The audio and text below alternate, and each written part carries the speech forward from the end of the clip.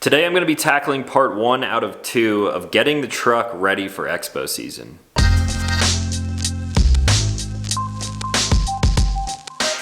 What's going on, everyone? Back with another episode of Stuff and Things. It's time to prep the truck for show season. We just got back from Baja, Mexico, so you guys should check out all of the adventures we had down there. It was such a great time out there in the Sat van, but today we're focusing on the Sat Lander. In just 3 days from now, we're doing a real quick turnaround and we're going to be going out in the truck this time, staying in the United States, but we're going to be on the road for at least 6 weeks, possibly a little bit more, and we're going to be showing the truck at a few different expos, so really gotta get this thing dialed in. Now you may be thinking, Talon, the truck is great the way that it sits. What could you possibly change? And I agree. I love the way the truck is sitting right now. I really don't have any complaints about it. However, I'm swapping out some products. We're gonna be doing a little bit of adjustments. So in this video, we're gonna be focusing on the Diamondback. I'm actually gonna be pulling this off. I've already got the tent way up there on the ceiling, so I'll show you guys how I did that. There's a good chance I'm gonna be changing out some tent stuff, so right here we have a new rack to go on the Diamondback cover. So today we're really focusing on how I set up my Diamondback cover, how I got the tent off, and what I'm gonna be doing going forward. So first, let's take a look at this crazy contraption on the ceiling, which makes it very easy to take your tent off. Alright, so I just mounted up this hoist system from a company known as Harken. You can find them on Amazon, and I'll leave a link in the description down below. Essentially, it's a pulley system with like a block and tackle that will hopefully make pulling off whatever kind of gear you have on your rig a little bit easier. This will work for rooftop tents, kayaks, shell campers, whatever you may have. I mounted some 2x6s to the roof up here, ran all the wires, and this is going to be the first test of the system. I hope nothing breaks. The tent only weighs 150 pounds, but I'm still just a little bit nervous. All right, here goes nothing. Whoa. All right, it's not completely even, which means I have to adjust that other side. All right, let's try this again.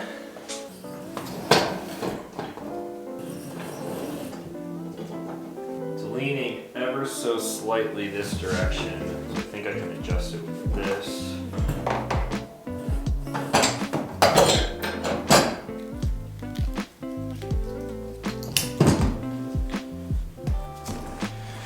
All right.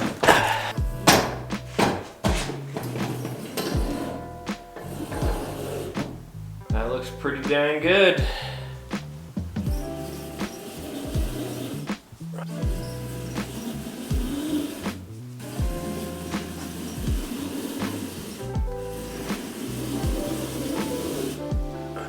I think that's plenty high enough for now, and I can always adjust it later. So this thing essentially works sort of like blinds. There's like a little friction lock on the side here, so you pull it down, and every time you pull it, it will lock into place at your preferred height. And then if you want to let it down, you pull it at an angle, and then it will slowly lower back down. Now I have plenty of cordage here on the wall, so if I wanted to bring the tent all the way to a ground or set it on something that's lower than my truck, I could do that. I trimmed the cords at the top, and I think I'm just gonna leave this one long because I just hung it on my helmet hooks and it works. So now that I've got the iCamper Sky Camp Mini up there hanging nice and secure, I could lift it up a little bit more, but I think it's fine where it's at. We're gonna focus on the Diamondback HD cover now. Over here I have a front runner rack, which I had the tent mounted to. With the tent off, it's going to allow me to make some easy adjustments to this thing, but in this case, we might be swapping it out for a different rack. Right here I have a Yakima Overhaul HD. Overhaul basically meaning it will allow me to raise it up and haul things over top of my roof. That way, if I wanted to run a longer tent, I already have an access cab with a longer bed, but I could put something that would overhang out over the actual cab of the truck now. And the only other accessory I have mounted on the truck here are these Running for Tacos Max Track mounts. If you're running a front runner rack like this is a super clean and easy way to mount this thing up. So right here, it basically just puts an angled bracket onto the front runner rack. You put the regular Max Tracks pins through here and it looks nice and clean, super secure. I haven't had any issues with that, and I have, of course, used these Max Tracks a few times. Now, like I mentioned, all of these parts are coming off really just temporarily for, I'm not really sure how long. It depends on the setup that I go with. for what I actually want to mount on the back of this Diamondback. So max tracks, these are still gonna be coming with. Going to remove these 4 bolts with a 13 mil.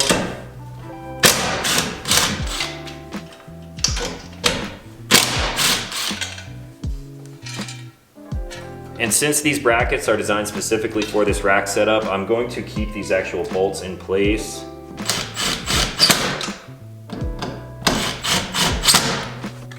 Now with this rack switch out, I'm probably going to be using these Max Trax mounting pins for another application. So for that, 17 mil.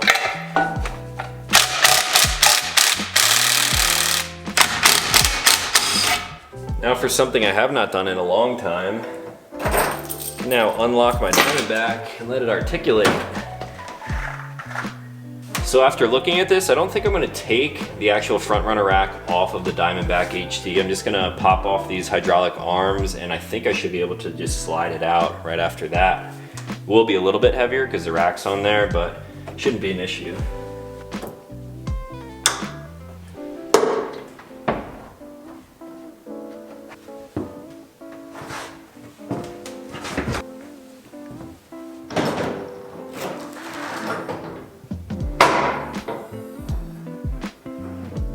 So instead of taking this side apart from the middle, I'm just gonna loosen the middle now that this is up and out of the way, rather than pulling off the safety cables and everything else that is involved with the back half. Now, if I remember correctly, I think this is a 15 that will take these clamps off. Looks like we're doing this one the old-fashioned way because this does not fit.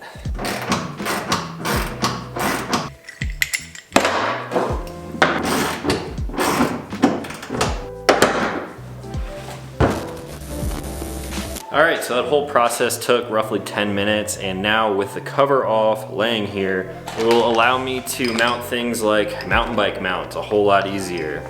I've also been meaning to mount up this Molly panel underneath. This is a collaboration between Diamondback and Built Right Industries. So this will go underneath the cover on one of the panels that flips up, and I can mount an axe or whatever gear I really want to this thing. And also I can plan out some measurements for this new Yakima rack depending on the tent system that I'm gonna be running.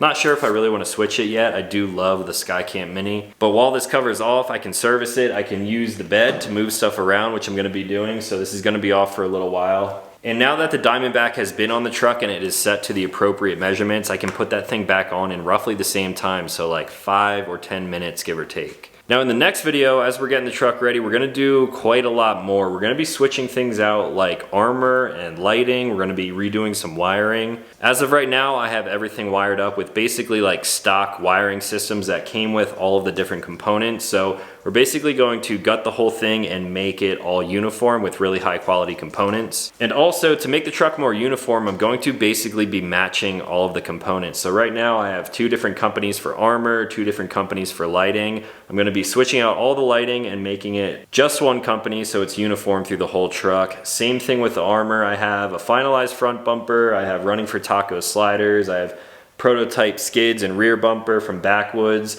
I tested that stuff out for a while and I gave them feedback on some things that they can do to make the products a little bit better, a few design tweaks here or there. So instead of just running like a mismatch of prototype products and products from different companies, I want the truck to be uniform that way.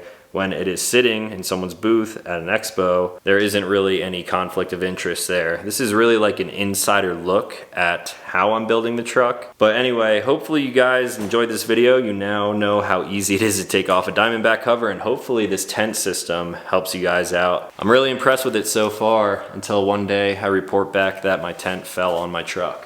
Hopefully there's nothing in the garage if it ever falls. So if you have any questions on the Diamondback covers or this mounting system, let me know in the comments down below. I'll try to leave some links to this stuff in the description as well. And if you're new to the channel, consider clicking subscribe because I make new videos every week. As always, thanks for watching. I'll talk to you in the next one.